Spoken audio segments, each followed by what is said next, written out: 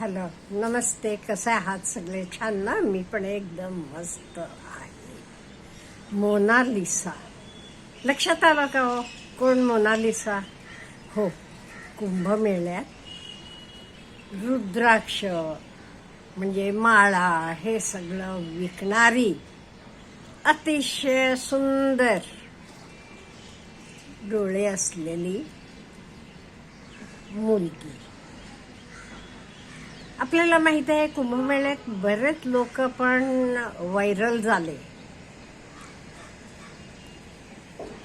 IIT बाबा असतील किंवा आपली मोनालिसा असेल. मोनालिसा पण खूप व्हायरल झाली तिचे डोळ्यांचे सुंदरतेमुळे. एवढी लोक कंटेंट क्रिएटर्स यायला लागले, तिचे व्हिडिओ करायला लागले. शेवटी तिला तर माळा विकायचं सोडून आपले घराकडे मध्य प्रदेशातली ती जावं लागलं. मग एवढे ती व्हायरल झाल्यामुळे हे बघा, जत्रे जत्रेत जाऊन माळा विकणारी मुलगी एकदम व्हायरल होतीये. मग तिला सिनेमाची ऑफर मिळतीये. वेगवेगळे मॉडेलिंगला वगैरे तिला नेतात. ती स्वतःचं YouTube चालू करतीये. महिन्याला लाखो काही आत्ता करोडो रुपये मिळवतीये. विमानातनं फिरतीये. आणि एवढं सगळं असताना आत्ता जेमतेम 18 वर्षाची झाली असेल. एवढे सगळे तिनं प्रगती केली, नो डाऊट. तिला इवन काहीच येत नव्हतं, लिहायला वाचायला म्हणा काही. तिचा विद्याभ्यास पण चालू झाला. तिनं लगेच सगळा ॲटलिस्ट लिखाण वाचन करणं वगैरे तर पण तिनं शिकली. आता हे सगळं चालू असताना काय झालं, मध्यंतरी काहीतरी फिल्मचे का मॉडेलिंगचे का शूटिंगचे वेळी तिला फरहान खान भेटला आणि दोघांचंही एकमेकांवर प्रेम झालं. पण तिचे आई वडिलांना हे लग्न मान्य नव्हतं. का म्हणजे फरहान खान म्हणजे आपल्याला माहीत आहे त्याचा धर्म वेगळा असल्यामुळे हिचे आई वडिलांना तर मान्य नव्हतं. म्हणून ते म्हणत होते नको, लग्न करू नको. ह्यात काय चुकलं हो त्यांचं? आपणही आपल्या मुलांना, आपली मुलं असं वागली की म्हणणारच की नाही बाबा आपले हेतला पाहिजे, मुलगा असू देत मुलगी कोणी. मग ती नाही म्हणाले म्हणताना ऐकली नाही. सगळं काही तिचे माहेरचे लोकांशी संबंध तोडले आणि ह्याच्याबरोबर केरळला जाऊन आता नुकतंच तिनं तिथे लग्न केले. आणि त्या लग्नाचे फोटोसुद्धा भरपूर व्हायरल होतात.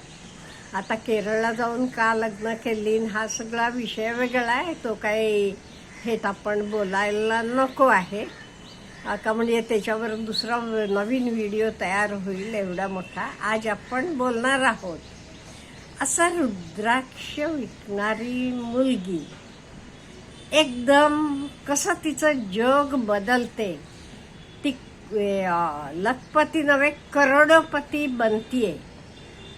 एवढं बनल्यावर लगेच आपले आई वडील, आपलं घरदार सगळं सोडून, सगळ्यांना विसरून कसं निघून जातीये. हे योग्य आहे का? असं इन द सेम वे आपले डे टू डे लाईफमध्ये पण आपण बघतो कित्येक वेळेला मुलींना आई वडील नको म्हटलं की सगळं सोडून पळून जातात. मग पुढे प्रत्येकाची कहाणी वेगळी होऊ शकते किंवा प्रत्येकाचं मतं पण वेगळी असू शकतील. मी असं म्हणत नाही मला काय वाटते तसं तुम्हाला नाही. प्रत्येकाचं मत, प्रत्येक आपण युनिक आहोत. आपले विचारसरणी वेगळी. आणि पण मला वाटते कुठल्याही मुलीनं आई वडिलांचं ऐकावं. का म्हणजे हे बघा, आई वडील आपल्या चांगल्यासाठी जे काही करतात तर करतात. त्यांची परिस्थिती काहीही असू दे, ते तुला एवढं मोठं केलं, नंतर नो डाऊट तू तुझे ह्याच्यामुळे पुढे गेलीस, तिथे नो डाऊट एका खेड्यातले म्हणा, अगदी ह्या मुलीला पुढे जाऊन मुंबईसारख्या ठिकाणी किंवा आणि कुठे शूटिंगला जाणं, विमानातनं फिरणं वगैरे एवढं इझी नव्हे तर सगळं एडॉप्ट करायला. तर सगळं तू केलंस, मान्य आहे. पण मला वाटते प्रत्येक मुलांना असू देत, मुलींना आपण प्रगती केली की ॲटलिस्ट आपले आई वडिलांची पण थोडीफार तरी प्रगती करायला पाहिजे. आपल्याला सुखाचे दिवस आले म्हणून त्यांना सोडून तसंच आपण एकटं पुढे जायचं का? तुमचे आवडणारा पार्टनर तुम्हाला भेटून किती काळ झाला असेल वर्ष 2 वर्ष, नॉट मोर दॅन दॅट. तुमचे आई वडिलांनी तुम्हाला 15-16 वर्ष लहानाचं मोठं केलेलं आहे. आणि एवढी काही गडबड होती.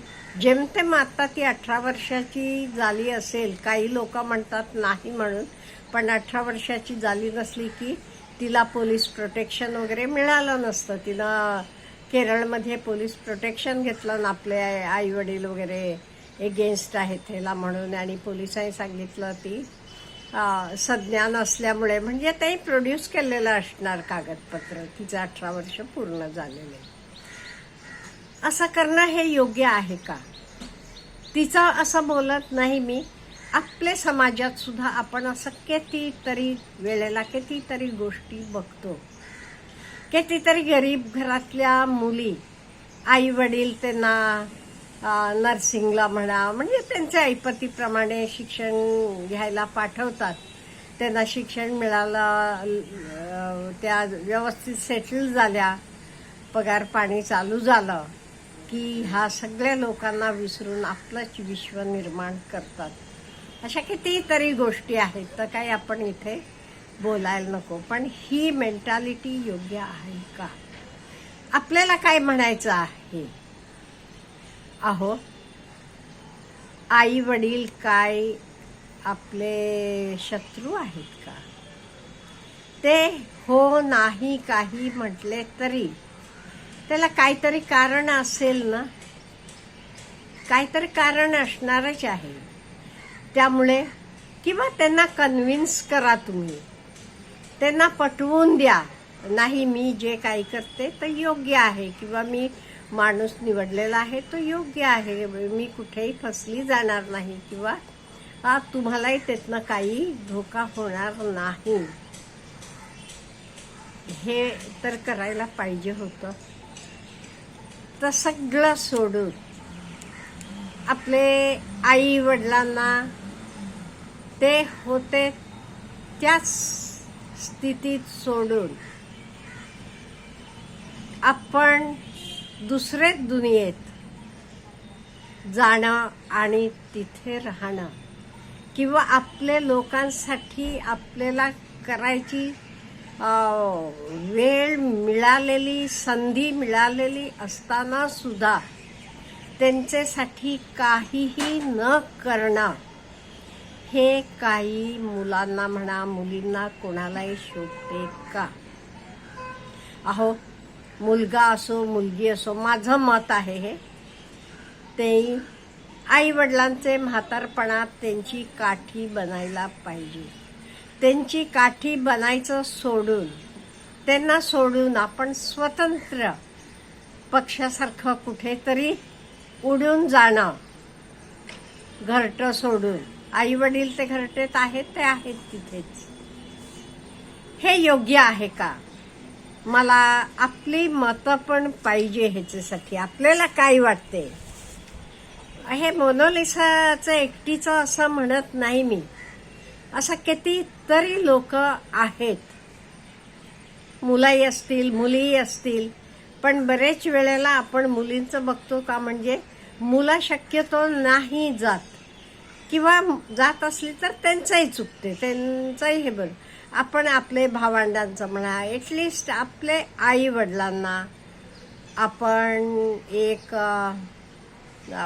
काय म्हणा सपोर्ट म्हणून उभं राहायला पाहिजे का? सगळं सोडून आपण एवढ्या जाऊन मजा करत अगदी श्रीमंती हाई इलाइट लाईफ जगायची, हे योग्य आहे का?